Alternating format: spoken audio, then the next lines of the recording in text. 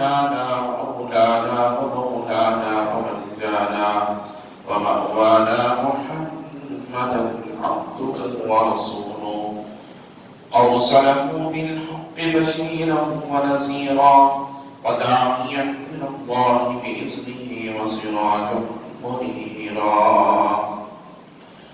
فقد قال الله تبارك وتعالى في القرآن المجيد والفرقان الحميد: فأعوذ بالله من الشيطان الرجيم. بسم الله الرحمن الرحيم. يا أيها الذين آمنوا اتقوا الله وكونوا مع الصادقين. صدق الله ورسوله النبي الأمين المكين الكريم. ونحن على ذلك لمن الشاهدين والشاكرين، والحمد لله رب العالمين. من علينا ربنا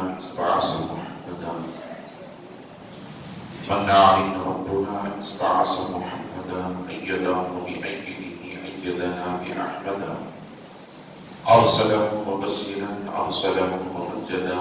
صلوا عليه دائما صلوا عليه سرمدا.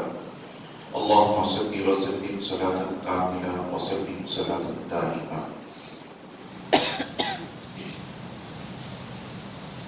فرش والے تیری شوکت کا عدو کیا جانے،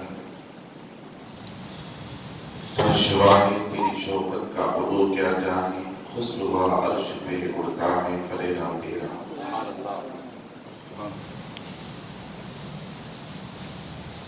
یا موسم معظم نور خدا، مختار نبی مختار خدا. یا موسم معظم نور خدا، مختار نبی مختار خدا. سلطان دو عالم قطب اولا، حیراز جلالت ارض و سما.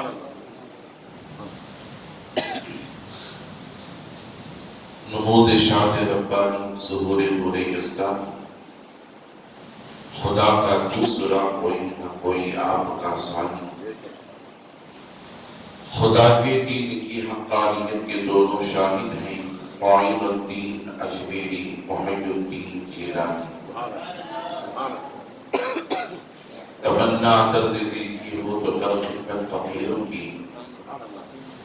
تمنا درد دل کی ہو تو کر خدمت فقیروں کی. نہیں ملتا یہ گوہر بادشاہوں کے خزینوں کی.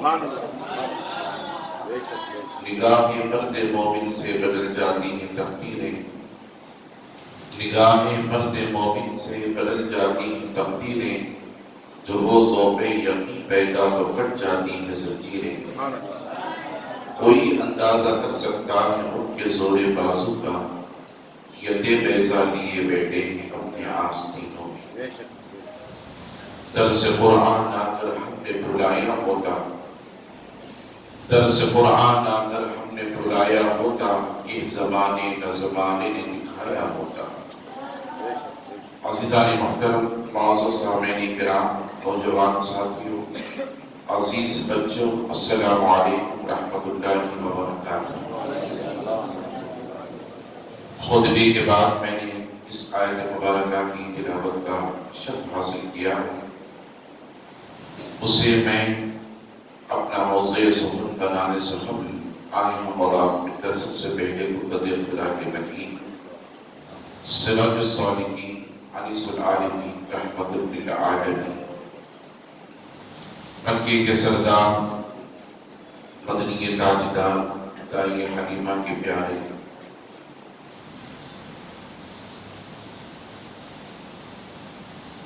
دو عالم کے دلارے، سید الانبیاء، خاتم النبیین، شفیع المذنبین، انیس الغریبین رحمت للعالمین. ہم غریبوں کے آقا و مولا حضور سید عالم احمد مجتبیٰ جناب محمد رسول اللہ صلی اللہ علیہ وسلم کی مقدس ذات بابرکات کی بارگاہ میں عقیدتاً محبتاً تحفتاً درود شریف کرنا پیش فرمائیں. پڑھیں اللہم صلی علی سیدنا محمد مبارک وسلم صلی اللہ علیہ وسلم السلام علیکہ یا رسول اللہ. نبی اور آل نبی کی بارگاہ میں ایک مرتبہ محبت انداز میں صلی اللہ علیہ نبی وآلہ صلی اللہ علیہ وسلم صلاۃ و سلام علیک یا نبی اللہ رسول اور آل رسول کی بارگاہ میں ایک مرتبہ بابا سے بلند اللہم صلی علی سیدنا محمد عادل الجود والکرم وعلی آلہ الکرام واصحابہ النظام اجمعین وبارک وسلم ابدا لخمسة القدس بها حضرت وباء الحاتمة المصطفى والمرتضى وابناهما بالفاتمة فسجل يا إلهي كل صعب بحرمة سيد الأبرار سجل اللہ رب العزت کا بے انتہا فضل و کرم ہے، اس لیے ہم اور آپ اس کے پیارے حبیب دانا قلوب صلی اللہ علیہ وسلم کی مقدس امت میں پیدا فرمائے، لاکھوں کروڑوں درود و سلام اس کے آخری پیارے رسول علیہ السلام کی مقدس ذات بابرکات پر کہ خادر اللہ رب العزت میں تمام کائنات کا وجود بخش۔ عزیزان محترم، میں نے گزشتہ جمعہ قرآن مقدس و فرقان حمید کی ایک مشہور و معروف آیت مبارکہ جس میں اللہ رب العزت نے ارشاد فرمایا یا ایھا الذین آمنوا اتقوا اللہ، اے ایمان والو تم تقوی اختیار کرو وکونوا مع الصادقین، اور سچوں کی صحبت اختیار کرو۔ اب تقوی سے مراد میں نے گزشتہ جمعہ اجمالاً اس کے تعلق سے تذکرہ فرمایا تھا، اور آج بھی میں آپ حضرات کے سامنے اس کا سیدھا سادہ ترجمہ کرتے چلوں۔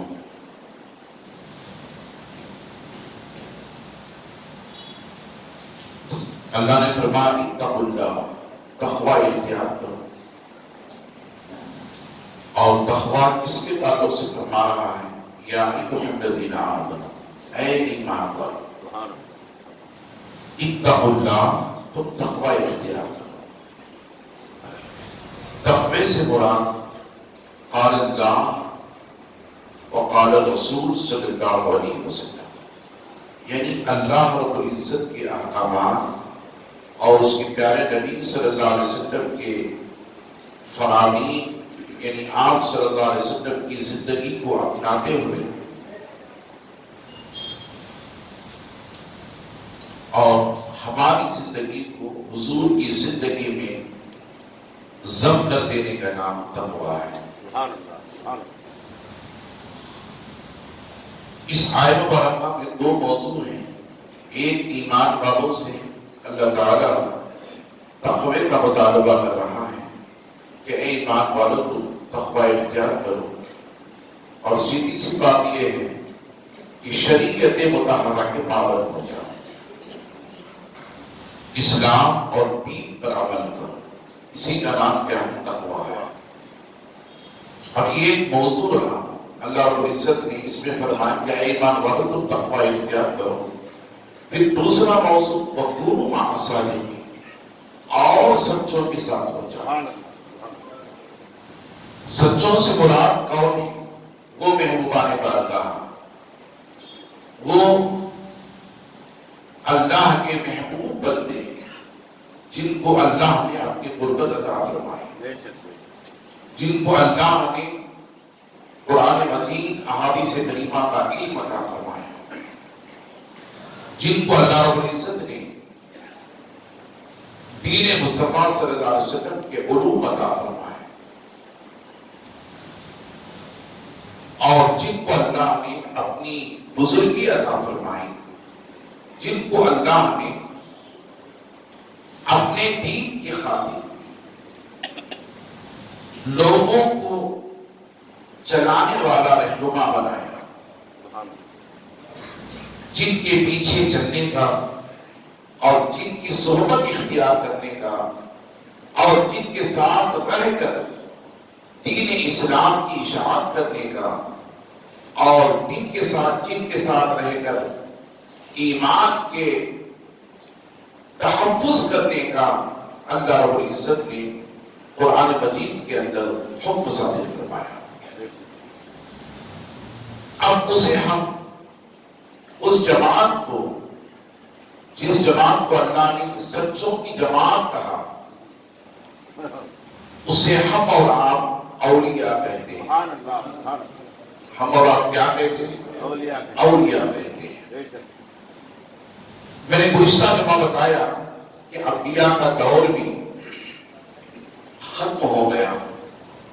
ہمارے پیارے آقا علیہ السلام آخری رسول دنیا میں بن کر چمکے،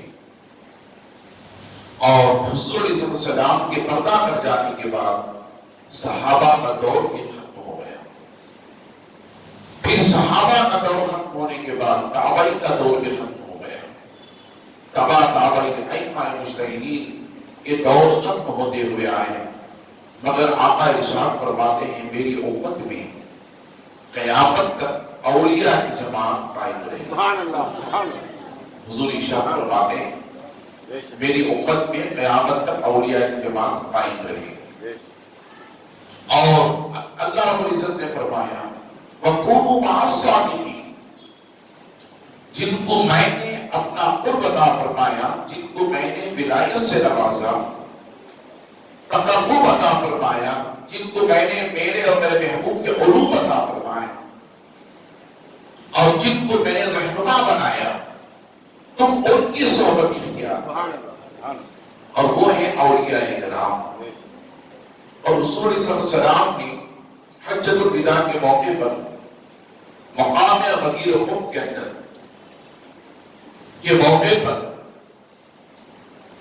یہ ارشاد فرمایا وَأَنَا تَارِكٌ فِيكُمُ الثَّقَلَيْنِ. اس حدیث پاک کو توجہ سے سنیں. حضور نے فرمایا وَأَنَا تَارِكٌ فِيكُمُ الثَّقَلَيْنِ، میں تمہارے درمیان دو چیزیں چھوڑ کر جا رہا ہوں. آپ نے سنا ہے، پھر بھی سنا دوں میں آپ کو. میں تمہارے درمیان دو چیزیں چھوڑ کر جا رہا ہوں. صحابہ نے پوچھا یا رسول اللہ وہ دو چیزیں کون سی ہیں؟ اور ان میں سے بہت سے صحابہ سمجھ گئے کہ ہمارے اور آپ کے پیارے آقا سید الانبیاء دنیا سے پردہ کر جانے والے ہیں. وہ سمجھ گئے. حضور ہمیں اشارہ دے رہے ہیں مقام غدیر قم کی جگہ اور اس موقع پر کہ میں تمہارے درمیان دو چیزیں چھوڑ کر جا رہا ہوں. اولہما کتاب اللہ فیہ الہدی والنور، سب سے پہلی وہ چیز جو اللہ کی کتاب قرآن مجید ہدایت والی اور نور والی ہے. تو سب سے پہلی چیز اللہ کے حبیب فرماتے کہ میں تمہارے درمیان اللہ کی مقدس کتاب جو مجھ پر نازل کی گئی وہ کتاب تمہارے درمیان چھوڑ رہا ہوں. اور دوسری چیز اذکرکم اللہ فی اہل بیتی. پھر اللہ کے حبیب نے فرمایا کہ میں تمہارے درمیان قرآن پاک کے ساتھ میری اہل بیت کو چھوڑ کر جا رہا ہوں. میری اہل بیت کو چھوڑ کر جا رہا ہوں. صحابہ موجود تھے اور حضور نے یہ نہیں فرمایا کہ میں تمہارے درمیان صحابہ کو چھوڑ کر جا رہا ہوں. ابو بکر جیسے صحابی، عمر جیسے صحابی، عثمان جیسے صحابی، طلحہ و زبیر جیسے صحابی، حضرت عبداللہ ابن عباس جیسے صحابی، حضرت عبداللہ ابن عمر جیسے صحابی، حضرت ابو ہریرہ جیسے صحابی، حضرت حذیفہ جیسے صحابی، حضرت عبداللہ ابن مکتوم جیسے صحابی. 1,24,000 صحابہ اکرام کی جماعت تھی.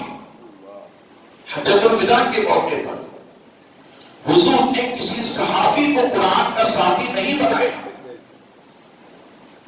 حضور نے کسی صحابی کے تعلق سے نہیں فرمایا کہ میں قرآن کے ساتھ میں فلاں صحابی کو تمہارے درمیان یا صحابہ کی جماعت کو چھوڑ کر کے جا رہا ہوں. نہیں فرمایا، بلکہ فرمایا میں قرآن کے ساتھ میری اہل بیت کو چھوڑ کر جا رہا ہوں. اب اس کا مطلب کیا ہے؟ ہمیں سمجھنے کی ضرورت ہے. کیا ابو بکر قرآن کے ساتھی نہیں ہو سکتے تھے؟ ابو بکر قرآن کے ساتھی نہیں ہو سکتے جو اسلام کے سب سے پہلے خلیفہ اکبر ہیں اور خلیفہ اول ہیں. حضور کے سب سے پہلے خلیفہ اگر کوئی بنے تو ابو بکر صدیق بنے.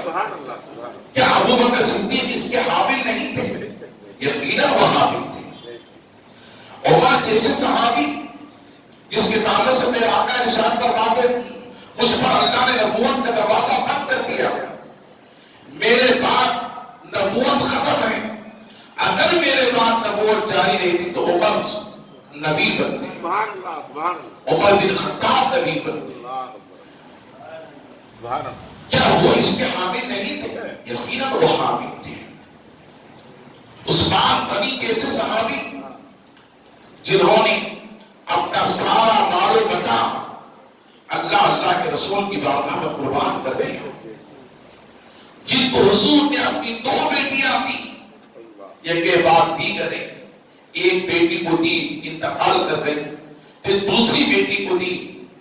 عزیزان محترم صحابہ نے حضور کی بارگاہ میں استفسار کیا، یا رسول اللہ ہم نے آپ کو اپنی بیٹی ہمارے نکاح میں پوچھا اور آپ نے ہمیں نہیں دیا. عثمان کو ایک کے بعد پھر دوبارہ دوسری لڑکی کو بھی آپ کی شہزادی کو بھی دے رہے ہیں. اللہ میرے آقا ارشاد فرماتے ہیں صحابہ سے قسم خدا کی اگر میرے پاس اور بیٹیاں ہوتی اور ایک کے بعد دوسری انتقال کر جاتی تو ان کو بھی میں اپنے داماد عثمان غنی کی نکاح میں دے. اسی لیے اس نورین کہا جاتا ہے، یعنی 2 نور والیاں ان کے دامن میں آئیں، ان کے عادت میں آئیں. کس کے؟ عثمان غنی رضی اللہ تعالیٰ. کیا یہ اس کے حامل نہیں تھے؟ ایسے صحابی اللہ غنی ایک مرتبہ آقا علیہ السلام حجرے میں ہیں، ابو بکر صدیق بھی ہیں، عثمان غنی، ابو بکر صدیق بھی ہیں، حضرت علی بھی ہیں، عمر بن خطاب بھی ہیں. صحابہ اکرام حضور کے ساتھ حجرے میں موجود ہیں اور آقا علیہ السلام کے پیروں کو دبا رہے ہیں، حضور کی خدمت کر رہے ہیں. آقا علیہ السلام لیٹے ہوئے ہیں، حضور کردہ پہنے ہوئے ہیں اور تہبند پہنے ہوئے ہیں جسے ہم لنگی کہتے ہیں. اللہ کے نبی صلی اللہ علیہ وسلم نے اپنی زندگی میں کبھی پائجامہ نہیں پہنا. ہاں حدیث پاک میں آتا ہے روایتوں میں کہ حضور علیہ السلام ایک پائجامہ سلا کر اپنے پاس رکھا تھا پہننے کے لیے. یہ بھی دیکھیں حضور کی شان کیا ہے. حضور نے اپنی زندگی میں کبھی پائجامہ نہیں پہنا مگر پہننے کے لیے سلا کر منگوایا، اسے بھی نہیں پہنا. عزیزان محترم صوفیاء کی زندگی کو دیکھیں، اولیاء کی زندگی کو دیکھیں جن کو اللہ نے اپنی قربت عطا فرمائی. یہ وہ اولیاء کی جماعت، صوفیاء کی جماعت، اہل اللہ کی جماعت اکثر و بیشتر آپ نے کبھی نہیں دیکھا ہوگا یا کبھی دیکھا ہوگا کہ وہ پائجامہ پہنتے ہو، بلکہ وہ حضور کی زندگی کو اپناتے ہوئے ہمیشہ وہ لنگی پر رہتے ہیں، تہبند پر رہتے ہیں. یہ صوفیاء کی جماعت ہے، یہ اہل اللہ کی جماعت ہے. اللہ وہ کیوں اللہ ان کو اپنی ولایت سے نہیں نوازے گا؟ کیوں اللہ ان پر اپنی رحمت نازل نہیں فرمائے گا؟ عزیزان محترم میں آپ حضرات کو عرض کرنا چاہوں، حضور اپنے حجرے میں ہیں اور صحابہ خدمت کر رہے ہیں، صحابہ حضور کے پیروں کو دبا رہے ہیں، ہاتھوں کو دبا رہے ہیں اور آقا علیہ السلام کے پنڈلی کے نیچے تھوڑا سا تہبند ہٹ گیا. ابو بکر بھی ہیں، عمر بھی ہیں، علی بھی ہیں، صحابہ کی جماعت ہے مختصر سی جو حضور کی خدمت کر رہی ہے. اتنے میں عثمان غنی تشریف اللہ سنیں عثمان غنی کا مقام کیا ہے. اتنے میں عمر حضرت عثمان ذوالنورین رضی اللہ تعالیٰ تشریف لائے. حضور نے فرمایا صحابہ ہٹ جاؤ، میرا تہبند سیدھا کرو. اللہ میرا تہبند، میرا کپڑا سیدھا کرو، پنڈلی کے نیچے کرو. اللہ عثمان غنی تشریف لائے. ابو بکر ہے وہ دیکھ رہے حضور کی پنڈلی کے نیچے کے حصے کو دیکھ رہے ہیں، عمر دیکھ رہے ہیں، علی دیکھ رہے ہیں، حضور نے ان سے پردہ نہیں فرمایا۔ عثمان آئے تو کہا میرے بلی کے کپڑے کو سیدھا کرو، اور صحابہ نے سیدھا کیا۔ حضرت عثمان غنی تشریف لائے، کہا الصلاۃ والسلام علیک یا رسول اللہ۔ سبحان اللہ، توجہ سے سنیں عثمان غنی کا مقام کیا ہے۔ جب وہ تشریف لائے، صلاۃ والسلام کا نذرانہ پیش کیا، حضور نے سلام کا جواب دیا۔ صحابہ نے پوچھا یا رسول اللہ ہم سے آپ نے پردہ نہیں فرمایا، بلی کے نیچے کا حصہ، اور عثمان جیسے تشریف لائے آپ نے اس حصے کو بھی چھپا لیا، اس کی وجہ کیا ہے؟ تو سنیں میرے آقا ارشاد فرماتے ہیں اے صحابہ میں اس سے حیا کیوں نہ کروں جس سے فرشتے نے حیا کیا۔ کہتے سبحان اللہ، بچل کر کہتے سبحان اللہ۔ ارے غلام کا جب یہ مقام ہے تو آقا کا مقام کیا ہوگا؟ آپ بتا نہ کریں۔ حضور فرماتے ہیں اے صحابہ میں اس سے حیا کیوں نہ کروں جس سے فرشتے کی حیا کرتے ہیں۔ اللہ اکبر، وہ عثمان غنی کا مقام، کیا یہ عثمان غنی مقام غدیر قوم کے موقع پر قرآن کے ساتھی بننے کے حامل نہیں تھے؟ یقیناً حامل تھے، مگر حضور کا علم دیکھیں، حضور کا علم غیب دیکھیں۔ لوگ کہتے ہیں نبی علیہ السلام کے علم غیب کے تعلق سے، کسی نے مجھے پوچھا کہ علماء اہل سنت، عقائد اہل سنت کے علماء اکثر و بیشتر یہ بتایا کرتے ہیں کہ آپ کیوں کہتے ہیں کہ صرف عقیدے عقائد کے علماء کے پیچھے نماز پڑھنے کی تاکید کیوں کرتے ہیں؟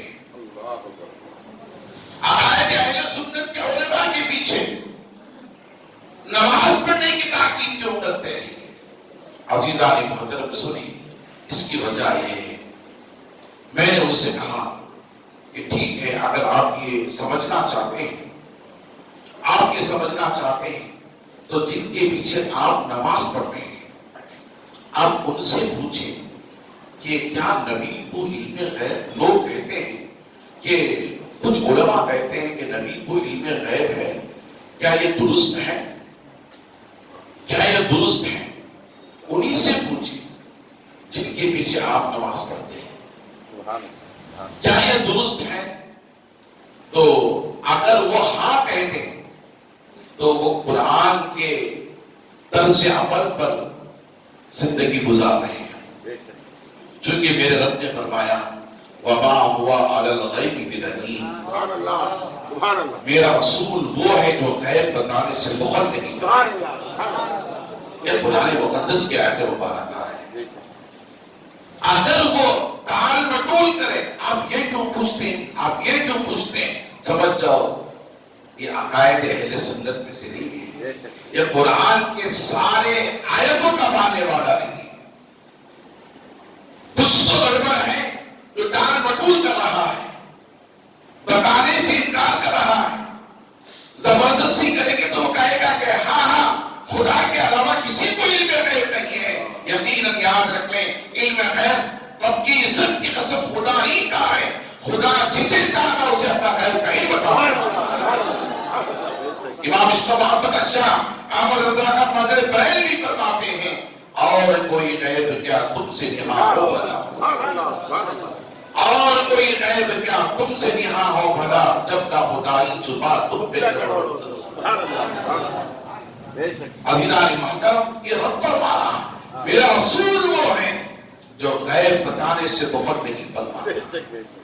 عزیزان محترم، ایک مرتبہ ہم نکاح پڑھانے کے لیے پہنچے، اس میں سے مسجد کی کمیٹی کے ذمہ دار بھی تھے اور انہی کی تقریب غالباً تھی ذمہ داروں کی حج کو جانے کے تعلق سے۔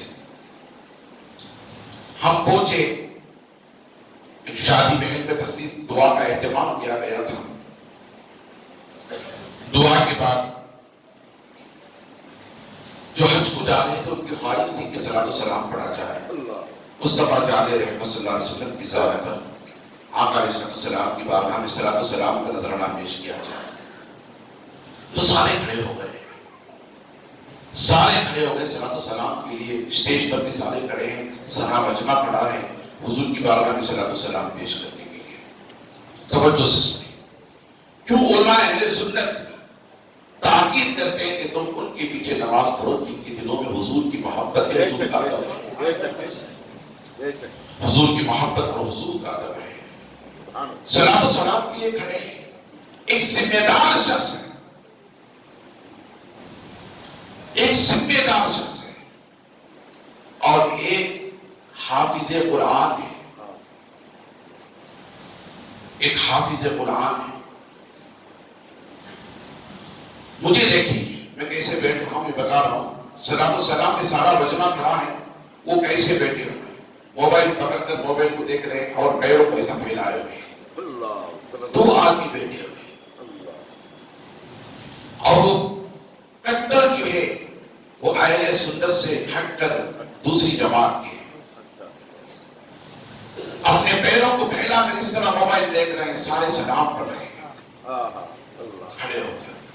عزیزان محترم، آپ ان کو دیکھیں، جب آزادی ہندوستان کا دن آتا ہے، 15 اگست آتا ہے، تو یہ جھنڈے کے سامنے کھڑے ہو جاتے ہیں۔ جو ہمارا ترنگا ہے ہندوستان کا، اس ترنگے کے سامنے، اس جھنڈے کے سامنے کھڑے ہو کر راشٹریہ گیت پڑھتے ہیں۔ میں پوچھنا چاہتا ہوں، تم جھنڈے کے لیے تو کھڑے ہو سکتے ہو، تم جھنڈے کے لیے اگر کھڑے ہو سکتے ہو تو کیا نبی کے لیے کھڑے نہیں ہو سکتے؟ سبحان اللہ، کیا نبی کے لیے کھڑے نہیں ہو سکتے؟ میں پوچھنا چاہتا ہوں، کیا جھنڈا نبی سے بڑھ گیا؟ کیا جھنڈا نبی سے بڑھ گیا؟ نعوذ باللہ من ذالک۔ عزیزان محترم، آپ اندازہ کریں، جھنڈے کے لیے کھڑے ہو جانا، جنا گنا منا راشٹریہ گیت کا پڑھنا، یہ ہندوستان کی آزادی کی محبت اور ہندوستان کے قوانین کے پر چلنے کا تقاضا بتا رہا ہے۔ مگر یاد رکھ لیں کہ ہندوستان میں آپ کو عقیدہ دیتے چلو، یہ بتاتا چلو، ہندوستان جو ہے ہمارا، ہندوستان ملک ہند جب فرنگیوں سے آزاد ہوا، انگریزوں سے آزاد ہوا، تو اس ملک کے آزادی کے لیے سب سے پہلے جنہوں نے قلم اٹھایا، سب سے پہلے جنہوں نے آزادی کا اعلان کیا، سب سے پہلے جنہوں نے آزادی ہند کے تعلق سے کوششوں کاوشوں میں اپنے قدموں کو بڑھایا، وہ کوئی اور نہیں تھے بلکہ مسلمان تھے، اور محدثین تھے، علماء کرام تھے، مفتیان کرام تھے، اور ان کا ساتھ دینے والے غیر مسلم بھی تھے۔ مسلمان اور غیر مسلمانوں نے مل کر کے ہندوستان کی آزادی میں حصہ لیا، اور حتیٰ کہ ان کو یہاں سے بھاگنے پر مجبور کر دیا۔ اس طرح سے ہندوستان آزاد ہوا۔ اس ہندوستان کی آزادی کی خوشی میں، اس زمین کی آزادی کی خوشی میں ہم جو ایک دن چھٹی مناتے ہیں، اور چھٹی منانے کے بعد ہندوستان کی آزادی کے وقت سے لے کر آج تک جو ترنگا لگایا گیا ہے، اس ترنگے کے آگے ہم کھڑے ہو کر ہندوستان کی راشٹریہ گیت کا ادب کرتے ہیں۔ ادب کرتے ہوئے ہم جو ہے ہم ہندوستان کی راشٹریہ گیت کو پڑھتے ہیں۔ میں آپ حضرات کو بتاتا چلو، عزیزان محترم، میں بتاتا چلوں آپ حضرات کو، ہندوستان آزاد ہوا تو ہم ہندوستان کے آزادی کی خوشی کے لیے کھڑے ہو جاتے ہیں، مگر جس رسول نے ہمیں کفر سے آزاد فرمایا، اس رسول نے ہمیں کفر سے آزاد فرمایا، کیا اس رسول کے لیے ہم کھڑے نہیں ہو سکتے؟ کیا اس رسول کے لیے کھڑے نہیں ہو سکتے؟ میں بتاتا چلوں، پوچھتا چلوں، زمین ضروری ہے یا کفر سے آزاد ہونا ضروری ہے؟ زمین رہ کر اس زمین پر چلنے والا اگر کفر سے آزاد نہیں ہوا، یہ خدا کو نہیں مان رہا، دین اسلام کو نہیں مان رہا، اللہ کے رسول پر ایمان نہیں رکھتا، تو زمین بھی اس کے لیے ضروری نہیں ہے، زمین بھی اس کے لیے ضروری نہیں ہے، اور زمین پر چلنا بھی اس کے لیے بیکار ہے، زمین پر رہنا بھی اس کے لیے بیکار ہے، زمین پر رہنا بھی اس کے لیے بیکار ہے، چونکہ جب تک وہ زمین پر چلتا پھرتا ہے، اس کا دل، اس کا قلب ہے وہ کفر سے آزاد نہیں ہے۔ اس قلب کو کفر سے آزاد کرانے والے وہ رسول اعظم تھے، وہ نبی محترم تھے، وہ رسول مکرم تھے، وہ خاتم النبیین تھے، وہ شفیع المذنبین تھے، وہ رحمت للعالمین تھے، جنہوں نے کفر سے ہمارے دلوں کو آزاد فرمایا۔ ان کے لیے اور زیادہ ہمیں کھڑے ہو جانا چاہیے۔ قرآن سے پوچھا، اللہ فرماتا ہے وَتُعَسِّرُهُ وَتُعَقِّرُهُ بُكْرَةً وَأَصِيلًا۔ درود شریف پڑھے، اللہم صلی علی سیدنا شفیعنا حبیبنا نبینا کریمنا مولانا محمد علیہ وسلم صلی علیہ صلاۃ و سلام علیک یا رسول اللہ صلی اللہ علیہ وسلم۔ عزیزان محترم، میں عرض کر رہا تھا اس رسول کے تعلق سے قرآن مجید نے میرے رب نے فرمایا وَتُعَسِّرُهُ وَتُعَقِّرُهُ بُكْرَةً وَأَصِيلًا۔ تم اپنے رب کے، اپنے نبی کے، رب کے نبی کی خوب تعظیم اور توقیر بجا لاؤ، تعظیم اور توقیر بجا لاؤ۔ حضرت اسحاق علیہ السلام یہ کون ہے؟ پیغمبر ہے۔ حضرت یعقوب علیہ السلام یہ کون ہے؟ پیغمبر ہے۔ کس کے بیٹے؟ ابراہیم پیغمبر کے بیٹے حضرت اسحاق علیہ السلام۔ یعقوب علیہ السلام کون ہے؟ یہ حضرت اسحاق علیہ السلام کے بیٹے ہیں۔ یعقوب علیہ السلام کے بیٹے حضرت یوسف علیہ السلام۔ توجہ سے سنیں، کافی دن کا عرصہ ہو گیا تھا باپ اپنے بیٹے کو دیکھ کر ملاقات کر کے۔ حضرت علامہ امام محمد غزالی رحمۃ اللہ تعالی نے اپنی کتاب مکاشفۃ القلوب کے اندر یہ واقعہ درج فرماتے ہیں۔ حضرت اسحاق علیہ السلام اپنے بیٹے یعقوب علیہ السلام سے ملنے کے لیے گئے۔ جانے کے بعد اپنے بیٹے کو دیکھا کہ وہ کچھ کپڑا سل رہے ہیں، بیٹھے ہوئے ہیں، کپڑا سل رہے ہیں، بیٹھے ہوئے ہیں۔ حضرت اسحاق علیہ السلام نے باپ کو سلام کیا، السلام علیکم ورحمۃ اللہ وبرکاتہ۔ تو بیٹے نے بیٹھ کر جواب دیا، وعلیکم السلام ورحمۃ اللہ وبرکاتہ۔ اوٹنی والے تھے، کپڑے سلے تھے، جو سوچے کہ یہ جو میں نے سینے کا کام کیا ہے تھوڑا کر کے میں اٹھ کر کھڑے ہو جاؤں، پھر میرے باپ سے میں ملاقات کروں۔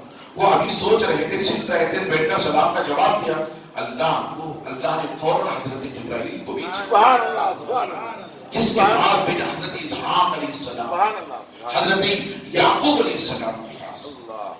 یعقوب علیہ السلام کے پاس اللہ نے جبرائیل کو بھیجا، اے جبرائیل جا یعقوب سے کہے کہ میں نے تجھے تیرے باپ کے پیٹ سے نبی بنا کر پیدا کیا ہے، نبی بنا کر کے پیدا کیا ہے، تیرے باپ کے سن سے میں نے تجھے نبوت عطا فرمائی ہے، نبی بنا کر کے بھیجا ہے۔ تیرا باپ تیرے پاس آتا ہے ملاقات کرنے کے لیے، اور ملاقات کرنے کے آنے کے بعد تجھے سلام کرتا ہے، اور تجھے اتنا بھی وقت نہیں ملا کہ تیرے باپ کے ادب کے لیے، تعظیم کے لیے، توقیر کے لیے اور سلام کے لیے کھڑے ہو کر کے ان کا جواب دیتے۔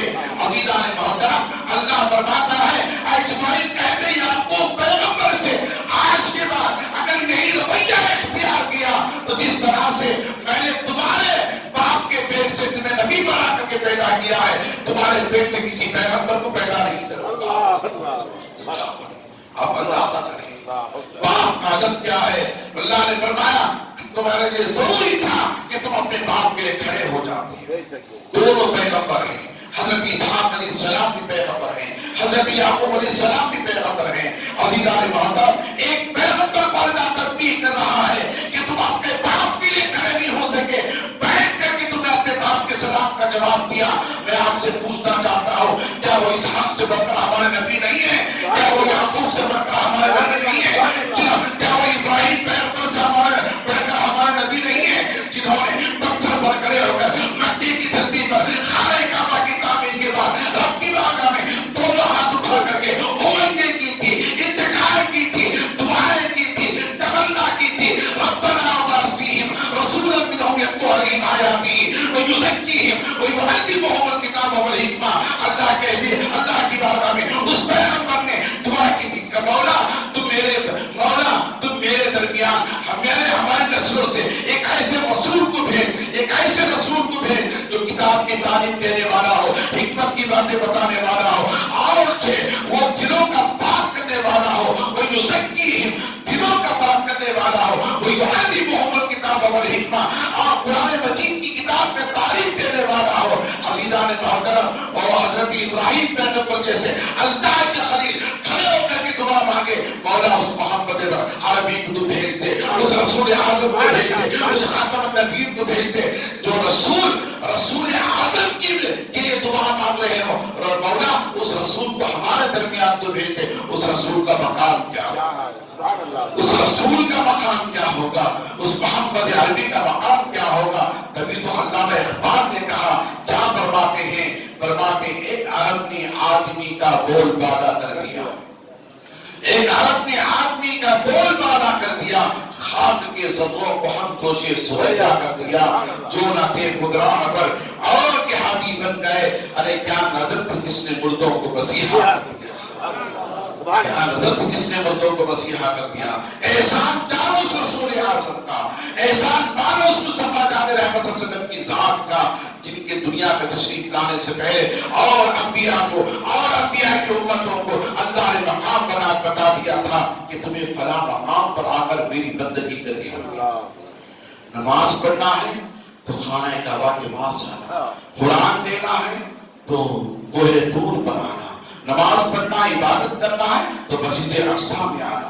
اللہ نے قید لگا دی تھی کہ تم یہیں آ کر مجھے پکارو گے، یہیں آ کر مجھ سے لو گے، یہیں آ کر مجھ سے مطالبہ کرو گے، یہیں آ کر میری بارگاہ میں سجدہ کرو گے، یہیں آ کر تم مجھ سے مجھے راضی کرو گے، یہیں آ کر تم میری بندگی کرو گے۔ اللہ غنی پچھلے انبیاء کو اللہ نے ان کی امتوں کو مقامات بتا دیے تھے اور اللہ تعالیٰ نے طریقہ بتا دیا تھا کہ تمہیں یہاں آ کر میری بندگی کرنی ہوگی، یہاں آ کر مجھ سے مطالبہ کرنا ہوگا، یہاں آ کر مجھ سے پکارنا ہوگا۔ عزیزان محترم، جب اس آنگن میں آمینہ سیدہ آمینہ کے آنگن میں عبداللہ کے ظلم سے بنو ہاشم کے گھرانے میں مکے کی دھرتی پر آپ کی سرزمین پر صبح صادق کے بہارا کے موقع پر اور خانہ کعبہ کے قریب عبداللہ کے گھر عزیزان محترم صبح صادق کے موقع پر فجر کی نماز کے موقع پر میں آپ حضرات کو بتانا چاہوں وہ نور مصطفیٰ، وہ ذات مصطفیٰ سیدہ کائنات سیدہ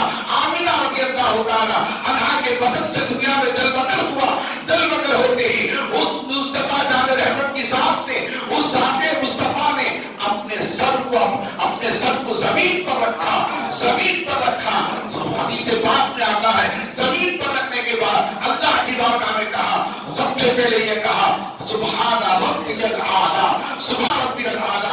عزیزان محترم، میں پوچھنا چاہتا ہوں جو بچہ پیدا ہوتا ہے وہ بھی ناپاک ہوتا ہے، جس کے پیٹ سے پیدا ہوتا ہے وہ بھی ناپاک ہوتی ہے، جس جگہ پیدا ہوتا ہے وہ جگہ بھی ناپاک ہو جاتی ہے۔ تو میں آپ سے پوچھنا چاہتا ہوں، شریعت کا مطالبہ ہے سجدہ وہی کر سکتا ہے، نماز وہی پڑھ سکتا ہے، لہذا جو پاک ہو، جگہ پاک ہو، جگہ پڑھنے والا پاک ہو، اور ماں بھی ناپاک ہو جاتی ہے، بیٹا بھی ناپاک رہتا ہے، جگہ بھی ناپاک رہتی ہے، مگر سنیں مصطفیٰ کی شان دیکھیں۔ جب حضور پیدا ہوئے تو حضور پیدا ہونے کے بعد اپنے سر کو سجدے میں رکھا، پڑھا کیا سبحان ربی الاعلی۔ اے اللہ تو پاک ہے، سب سے برتر و بالا تو ہی، بزرگی والا، سبحان ربی الاعلی۔ عزیزان محترم، پیدا ہونے والا بتا رہا ہے، میں سجدے میں سر رکھ کر کے تمہیں بتا دیا کہ میں پاک ہوں، میں پاک ہوں، اور جس نے پیدا کیا وہ بتا رہی ہے کہ میں ناپاک نہیں ہوں، میری جگہ پاک ہے، جو اس لیے کہ ایسا بچہ پیدا ہوا ہے کہ وہ پیدا ہوتے ہوئے وہ بھی مجھے پاک رکھا ہے اور مجھے بھی پاک رکھا ہے، اور جو جگہ ہے وہ جگہ بھی پاک ہے۔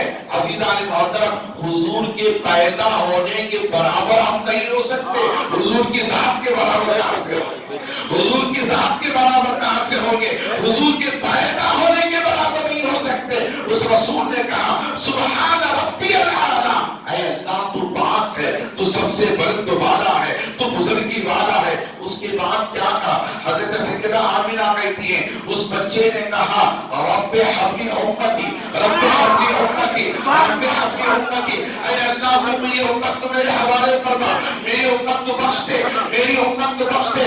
ارے وہ رسول جس رسول کے تعلق سے سلام پڑھنا ہے بندے کے لیے کتراتے ہو، دور بھاگتے ہو، وہ رسول تمہاری خاطر پیدا ہوتی سجدے میں سر رکھ کر کے بخشش کی دعا مانگ رہا ہے، بخشش کی دعا مانگ رہا ہے۔ تم کیسے امتی ہو، کیسے امتی ہو؟ ارے پیدا ہوتی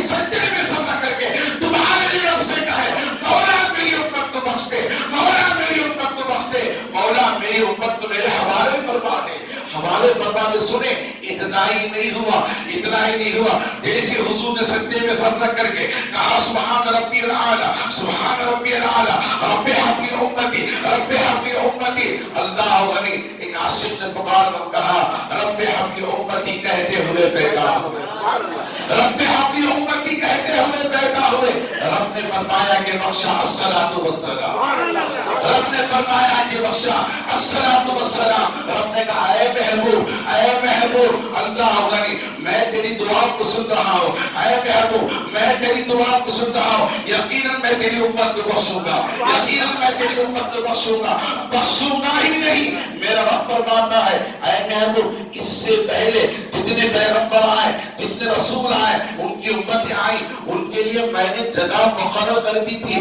بخاری شریف کی حدیث ہے، سنے رب فرماتا ہے محبوب سے اے محبوب ان کے لیے میں نے جگہ مقرر کر دی تھی کہ وہ وہاں آ کر کے نماز پڑھیں گے، بندگی کریں گے، مگر اے محبوب سن تیرے سجدے کی قسم، تیرے سجدے کی قسم، آج کے بعد میں اس قانون کو اٹھا لوں گا، اس ضابطے کو اٹھا لوں گا، تو نے سجدہ کیا اس دنیا الارض بسینا، اللہ فرماتا مشرق سے لے کر مغرب تک، شمال سے لے کر جنوب تک، اے محبوب تیرے سجدے کی قسم ساری زمین کو سجدہ کا بنا دوں گا، ساری زمین کو سجدہ کا بنا دوں گا۔ مشرق میں نماز پڑھے قبول کر لوں گا، مغرب میں نماز پڑھے قبول کر لوں گا، شمال میں نماز پڑھے قبول کروں گا، جنوب میں نماز پڑھے قبول کر لوں گا۔ اے محبوب حضور کے سجدے کا یہ عالم، حضور کے قیام کا عالم کیا ہوگا، حضور کی ذات کا عالم کیا ہوگا۔